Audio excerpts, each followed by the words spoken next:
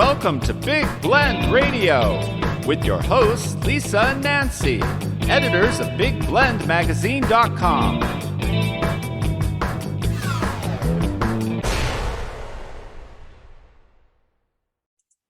Hey everybody, welcome to Big Blend Radio with Nancy and Lisa. You know, we travel, not only publish Big Blend magazines, but we travel full-time across the country documenting parks and public lands. It's called our Love Your Park store. This year is our 10th year of that. It's 25 years of Big Blend magazines, 15 years of Big Blend Radio. So we're feeling a little old, but you can't feel old when you get outside in a park, whether it's a national park, a state park, your local community park. Parks are everything, and also taking care of the land, getting kids out there. They're really important. So you can keep up with our tour and everything about parks on our site, nationalparktraveling.com. That's also home to our Parks and Travel magazine, our digital magazine. And today, you know, we're super, super excited because we find these awesome organizations as we travel across the country that really take care of parks. And we just heard of the awesome organization. Well, you got to go to parktrust.org. Okay. National Park Trust is a nonprofit, and they have got this app out. And trust me, we travel full time. Like, seriously, sometimes we're camping in the car somewhere weird. And then we go to a park to see the sunrise. But as we're driving, we're like, we need to get to a park. Where's the next park? And it's not that easy on a GPS. It is there, but it's not like having an app that really pulls up parks right there where you are, and also makes it easy to travel and plan your park adventures. Because if you're on a road trip, like most Americans these days, that's how we're traveling, is road tripping. You want to plan your parks, and maybe, hey, don't miss this national forest on your way to this national park or state park. So anyway, we're really excited. It's called Free Park Passport. It's app 2.0. All that stuff I don't understand, but I do know how to download it on my phone through Google Play. Thank you very much. So very excited. We have Levin joining us from the National Park Trust. Thank you so much for joining us. We're so excited about the app and to find out more about the National Park Trust, because we're on your site. Nancy and I are just, you know, we're all like, yay. So welcome. Thank you so much. It's so great to be here. It's great to be with both of you. I can't thank you enough for helping shout out about National Park Trust. Oh, you guys are, it's amazing because it really seems so cool. I want to get into the app because it's cool. Like I was saying, we have, and some things take us down weird dirt roads, and that's fun, but it's really cool to have it all in there. But I want to back up and really kind of start about the National Park Trust. I know there's a lot of national park organizations, but I think what's really neat is you seem to be focused on kids, but also protecting land. Exactly. And that really is what makes us unique. So the National Park Trust, as you said, you know, we're a national 501c3 nonprofit. We've been around for almost 40 years now. And our vision really is that everyone experiences the endless possibilities of our nation's parks, no matter who you are and where you come from. And we really believe that we can do that by preserving parks today and creating park stewards for tomorrow. And so we really do focus on both not only engagement in our national parks with people and youth, but also making sure that we're protecting and preserving these places for enjoyment today and tomorrow. Tell us a little bit about the land part of what you're doing, because it looks like you're actually saving pieces of land or purchasing land so that it kind of buffers some of our parks. Yeah, that's exactly right. And we do it in a number of different ways, but we do partner with the National Park Service. And we work to acquire land where we then donate and work with the National Park Service to ensure that it becomes part of the national park system. And we work with all kinds of parks, large and small, within the national park system, from national historical sites to national scenic trails to traditional, you know, national parks. Wow. So we got Yosemite, but that's the iconic, right? Yosemite, Yellowstone, and, you know, all of that. But you're going, I mean, I was on the app. You're obviously caring about all pieces of land.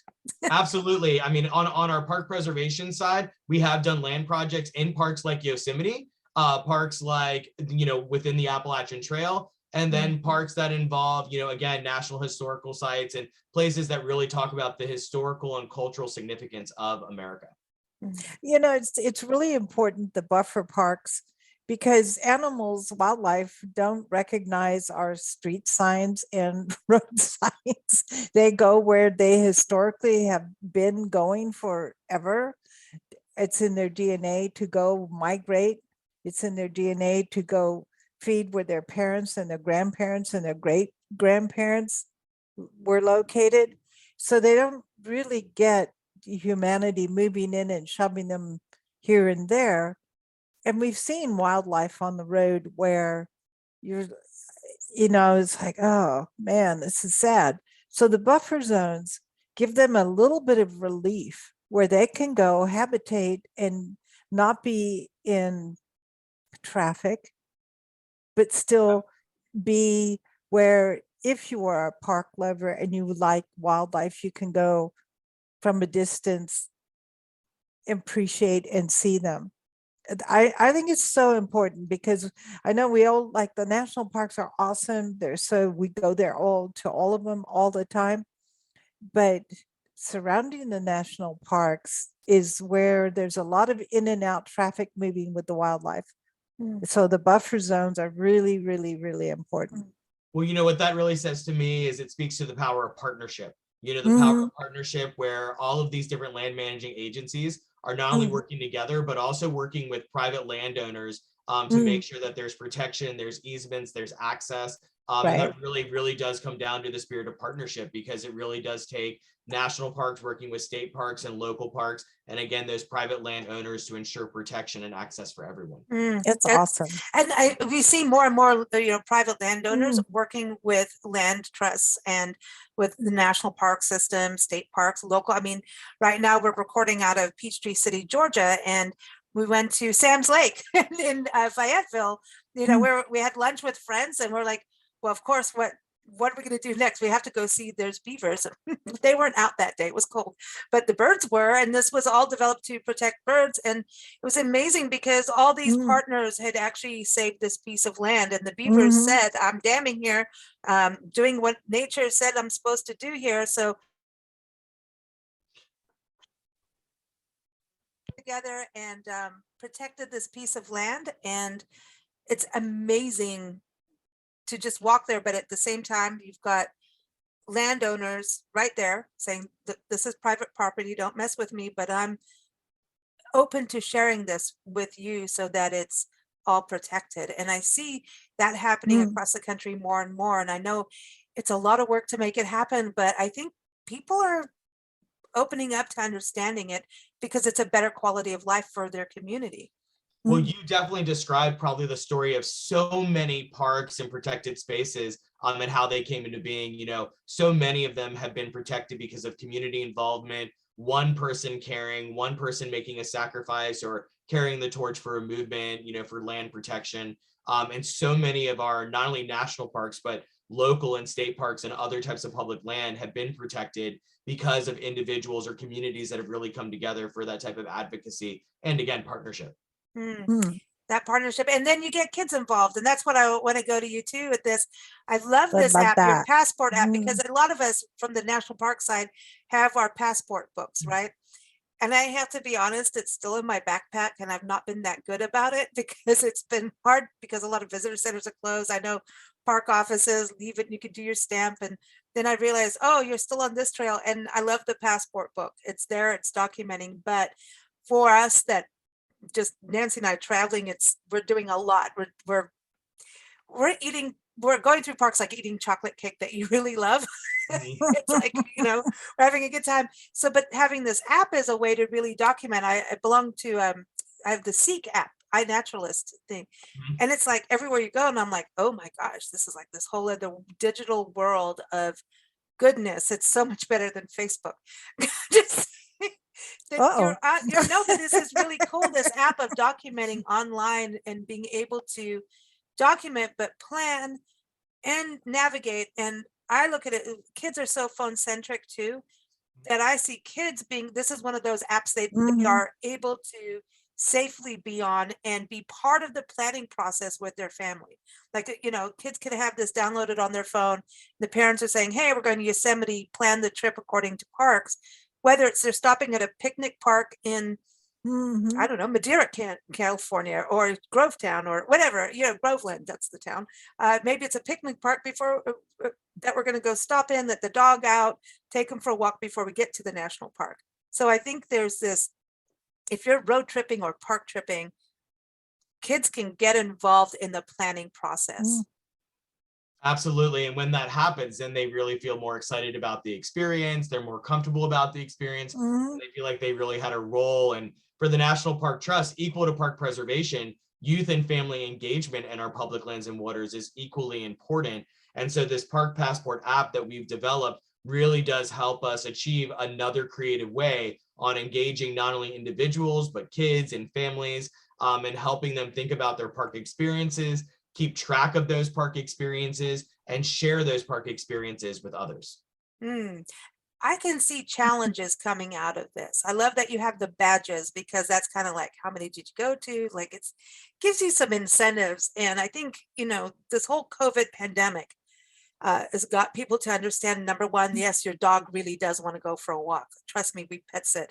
Dogs want to go for a walk. And so Yes, do they humans when do. you've been boxed in for how long, and suddenly your community park is being utilized, and all of that. So I see it in that way, where it's an incentive to get out and be healthy, because we all kind of misbehaved in the refrigerator.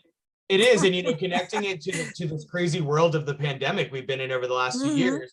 One of the coolest things about the app is that it really has allowed people to discover places that were in their own backyard that for whatever reason they just hadn't discovered yet. And I think that really is what the pandemic has done for so many of us, is that it made us realize the importance that these, local parks really play in our lives. And they were our escape. When we couldn't go other places, we went for walks on our local trail. And for me, that experience was life-changing. Not only are my kids at the age where it's actually really beneficial to all be together in a house and kind of be quarantined, but for the first time in a long time, we saw the buds on the berry bushes not only start to bloom, but then form berries and pick the berries, and experience kind of all of the seasons, because we were outside on that local trail every day, which is an opportunity we wouldn't have had if life had continued in the way it had been pre-pandemic. See, that Yeah, to me is quality of life. It's mommy nature. It's like, hey, well, I've been telling you, stop and smell the roses. Yes. Exactly. It created an atmosphere for organic family bonding. Yeah. And that made it cool. And that really helped us get through, again, this kind of crazy pandemic that we've been living in. The other thing too, what I think is great about the app, and Nancy and I started the tour of being national park units only, and then quickly, I think it was the first that we went to Sequoia National Forest. People said, "Hey, what about us? We're just as important. Yeah, We need to have, we exactly. need this." Then people are like, "Hey, we're just as important.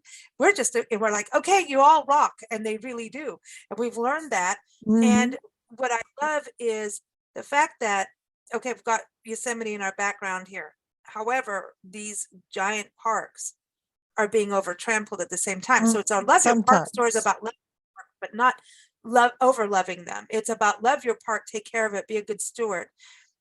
What you've done with the app has made it that we can go to state parks. There's the alternatives, so that we're balancing out our footprint in these parks. Absolutely. Yeah. Absolutely. And it even goes a little bit deeper with the new version of the Park Passport app, which thank you so much for highlighting.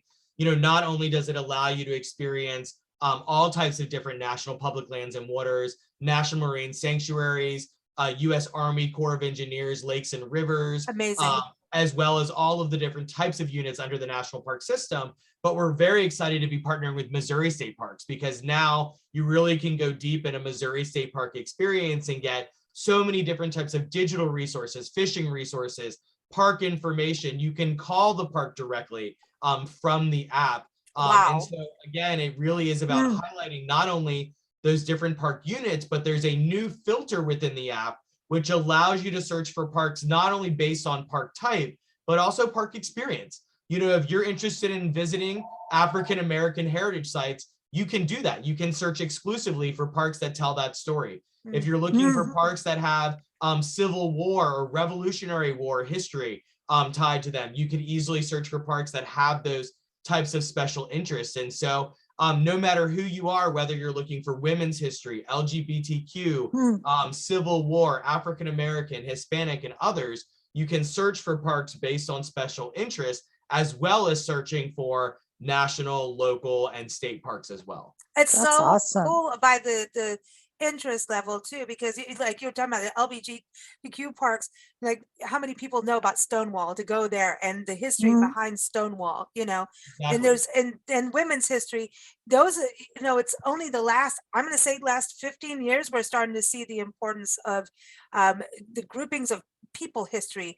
Even the National Park Service, Mhm. I think it's like, is it 2/3, 3/4 of it is actually National Historic Sites more than the Oh, natural? absolutely. There's Mhm. 423 units. Only 63 of them are capital N, capital P national park sites. The Yeah. rest are monuments and trails and seashores and etc. Oh, and the And seashores are the designations, sometimes, people get the idea that a national park is more important than a state park, and a state park is more important than a community park. But in actual fact, those are just designations to help systems work. The parks are all important. And if you live around the block from a community park and you have children, or you want to go walk around the little pond with ducks and stuff just to relax and get out of your house, it's all important. They all have a place. Oh, and that's something you brought up. Accessibility, that's something you have that's connected with the app that I think is so Mhm. cool. We started a Facebook group, 1 hour walk, hashtag 1 hour walk, because when we started the tour, when it was the Sequoias and we had actual other travel writers with us, and they were like, oh, we're food and shopping and wine kind of thing. And we get it. And, we love that too. Especially the wine part. But we said, Mm. we're going to the park and there, you want to come on that part of this trip. And, oh no, we don't hike. And we started, that was the beginning. And then it started happening over and over. Like even Mm. friends will be in we travel, hey, come meet us in the park. It's so much better than in your home, not against your home, but let's get Mm. out and do something together. Oh, I don't have shoes for that. Oh, I don't have a backpack. And I'm like, what the heck is going on? There is a group of just you do not need to be an athlete or an Olympic backpacker to go to a national park. Most parks have accessibility. You can go see the giant sequoia trees, on Mhm. around Brown Meadow. You can, Mhm. most national parks have something that you have a place. We were just in Cape Canaveral and this national seashore. There is, handicap parking. You can go on a ramp and go look at the ocean and see where the whales are. And Mhm. there is It's accessibility in for community, state, and everyone. national parks. And to be able to know what to do. And again, it goes from, you do not need to be the athlete. The parks are for everyone, and every Mhm. park has something for someone. Accessibility wise, there's something in most of them. Exactly. I mean, again, in our vision, the idea that everyone experiences the endless possibility of our parks, that's exactly what I'm talking about. And so Mm. with the app, when we talk about access, that means so many different things. It's Mhm. access to information. And again, right there from the app, someone from the palm of their hand can look at what are the more accessible routes within a park. And most parks are developed so that there can be different types of experiences. Right. Those that are looking for more front country or within a mile within the entrance of the park, and then those Mhm. that are looking for more backcountry or more that backcountry experiences. And so the app provides access to information. Back Mhm. to that special interest category, the reason that's there is because we want people to also feel welcome to where they're going and a Mhm. connection to these places. And so having access to that information about what types of stories can be told or learned from these experiences is important. And making sure that people know where to go and that they feel Mhm. welcomed and invited and know where to go. I mean, people are apprehensive about things they're not comfortable with or they Right. don't know about. And so again, this app really is meant to break down a lot of those barriers and provide access not only to information but access around actual accessibility, getting how do you get there and what's Mhm. up there, what can I do, and then making sure that those stories are being told so that people can find their unique connections to each of the parks that they Yeah, visit. it's like when And we went to Gettysburg, we saw more Mm. people in Gettysburg. It was crazy. It was like, this is like pandemic Mm. time, right? Like the beginning of crazy. Of everybody was out in Gettysburg because you could. And just, there was a lot of people. And Gettysburg is one of the most overwhelming parks, just emotionally. It was wow. Thank goodness there's picnic spots with woodpeckers because you needed to calm down because it was just so much. But there were so many people out there. And what really, really got me were the amount of people with their phones calling family, going and tracing their family history. And go, wasn't great grandpa like related to so and so? I found this marker here. And I'm like, oh my God, this is so real. That's why I say it was so overwhelming. How many people were finding their family story in Gettysburg? And when you've got to think about that family story, that's incredible. You know, Absolutely. And that huge. happens at so many parks, you know, for so many different reasons. And that's the magic of parks, you know, that is the magic of parks. The other side of the coin, speaking from a mother point of view, if you have I'm in trouble. children, no, if you have children, one of the things you really want to know is, are there restrooms or are there not? You know, I hope in your app that will be part of it, so that people can tell if there's restrooms, are there picnic spots, parking spots, are there restrooms? Because when you're planning a trip out, those are the things you really want to know. I couldn't agree more. And you know, the app, that's why, you know, obviously we can't include everything in the app, but what it is great for is that you don't have to go searching for the information. Right there, you can click on the park. Oh, I want to go to this park. Shenandoah, I want to visit the park information page. You can click right from the app, get all the information about the facilities, the details of activities. It can take you that layer deeper that the app can't go. But that's awesome. That's all you need then. That's what I love it. Even if it hasn't been listed, that you can still see there's a park over here. It's like this portal. We're gonna be using it. We're gonna be like, I know. Every time we go somewhere, you know, we're gonna be like, hi Ivan, we're here. Thank you.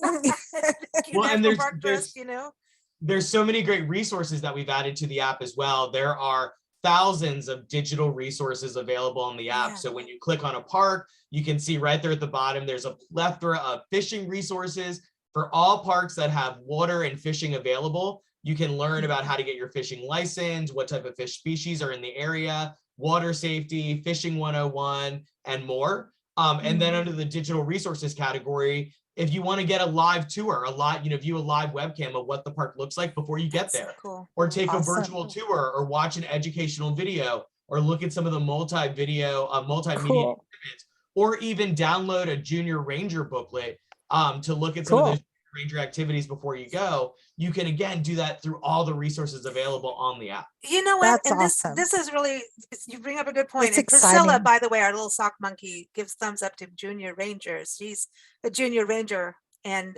in multiple parks, including picking up trash. She did good. Even she picked up after somebody else's dog. She's a good girl. But no, the junior ranger program and getting those resources. So a lot of times you'll go into a park and you've got to think about family's timing. And I think this is another good thing about this app of being able to look at different parks when you're planning a trip is I think we're shifting away from the normal Monday to Friday business life. And, you know, so maybe weekends won't be so heavy on a park. Maybe we can shift into a balance of our footprint as we go out there. And we want this engagement, right, in parks. But with just this having the educational part that you're talking about, the videos, when you go to a park, a lot of times the first thing you do is go to a visitor center, and maybe they're not open because COVID and we don't know where that's going. Get enough of it now, but the visitor centers, you go in, you watch the video, and a lot of those times you can actually do that before you go. So that you could be out on the trail more. You want to go into the museum, obviously, in the visitor center and get as much as you can. But if you can get a lot of that information before you go, you don't have to be standing in the visitor center for 10 years.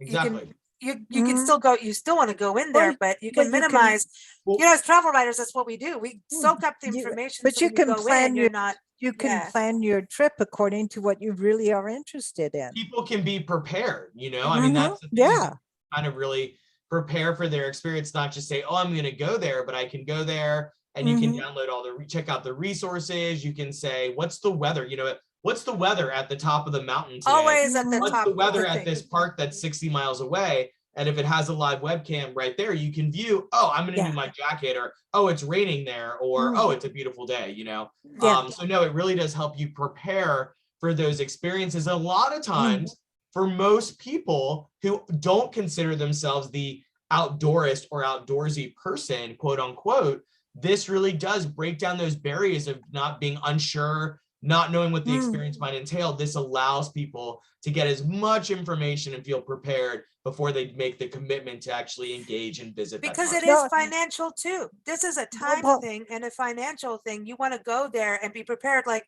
Mhm. you know, right now there a lot of parks are now going, you have to have reservations for certain things that we didn't, or reservations to even get in, right?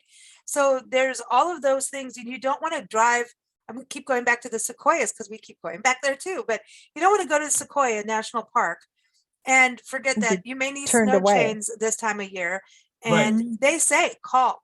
They say call because the internet's spotty out there. Yep. Call. And the fact that you have that ability from the app to be able to call parks beforehand to know is such a big Mhm. deal. So everyone has the best, like the resources. If you're interested in Civil War history, for example, like you're saying, then you know, hey, when I go to this park, this is a must do. And you know, it just makes your Mhm. trip so much better. I'm so excited about it. I can't wait. Yeah. I can't wait to, we're going across country again. So we're going to be using this. We're going from Georgia, Atlanta, Georgia to Anacortes, Washington in the next few days. So Oh, excellent. you'll see us in Yeah. Texas and all kinds. Mhm. We'll be hanging out in Texas a bit, but then up to Anacortes, Washington to go look It's- at whales. So we're going to be using this app all It's through it. probably going to take one of the most often phrases in our car is "uh-oh." I think your app will get rid of the "uh-oh." Oh, I don't know, Nancy. I don't know if anybody can get rid of that. Uh-oh. Maybe every other uh-oh. Yeah, Yeah, because there's uh-oh. still the Lisa user and the like. We'll still go here if we're not supposed to. I Well, know.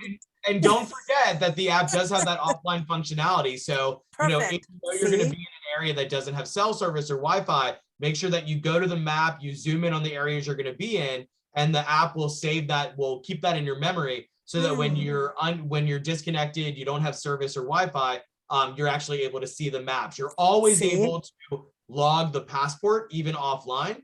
But make sure that you zoom into those maps. It'll save the information. So when you're offline, you can view the map information. Do you as well. want to See- know how important See, that's this a is? lot of uh-ohs going No, away. no, let me just go to an uh-oh of map importance. Uh-oh. Okay. So actually where we are in Peachtree City, about a year and a half ago, we were driving from Asheville, North Carolina to Peachtree City where we are. And I'm like, oh, cool. If we leave at this time, we can go down the Blue Ridge Parkway and hit Mhm. Smoky Mountain National Park and the elk are here. And we could get there early enough in the morning, still see part of the parkway. So we leave early in the morning. We start driving, and I keep seeing signs for Roanoke, Virginia. And I'm Mhm. like, well, that's odd. Keep driving, and I get on the phone, and the phone's like, I Uh-oh. don't know. And I'm looking, and we do have atlases in the car. The atlas didn't care. And of course, visitor center, like we don't know where we are. And it was one of those foggy, and you know, we didn't know, we did It not was a know. uh-oh. We had no clue where we were. And eventually there was some museum or something that we were able to like pinpoint, like get a little signal there, and realized we really were going the opposite way for about 3 hours. Mhm. And we had a deadline. We didn't make it to Smoky Mountain National Park. We did last year. That was really cool. But yeah, Uh-oh. that's a lot of time, and we missed a park. That So is a lot. that's It's a what really beautiful makes part. me mad. It's a beautiful area to get lost in, but I'm sure valuable time that you. We did have a good time, trust me, and it was beautiful. We Yeah, saw we Mount did. Mitchell. You know, we saw, so you know, Mhm. it was awesome. But yeah, we didn't see elk, but we did get here. But that's what I'm saying, that offline feature. And like Joshua Tree National Park, you can have cell service before, and then once Mhm. you're in, you're no, You're on your own. you're on your own. Yeah. So I Yeah. Absolutely. love that function. So Mhm. everyone, parktrust.org is the website to go to. Keep up with them. Get the app on Google and Apple. Cool. It's good for Apple, right? Correct. Yes, you can Apple Store or Google Play. Okay, I got it Cool. on Google Play. Didn't take a lot of that. Just was like, boom, easy. So go get it. Have fun with it. And of course, keep up with us at bigblendradio.com. We are daily, and also nationalparktraveling.com, and get our Parks and Travel magazine there. Thank you so much for joining us. Yes, I hope you thank come you. back. Thank you so much. Thanks for having me. Parktrust.org. There it Cool. is.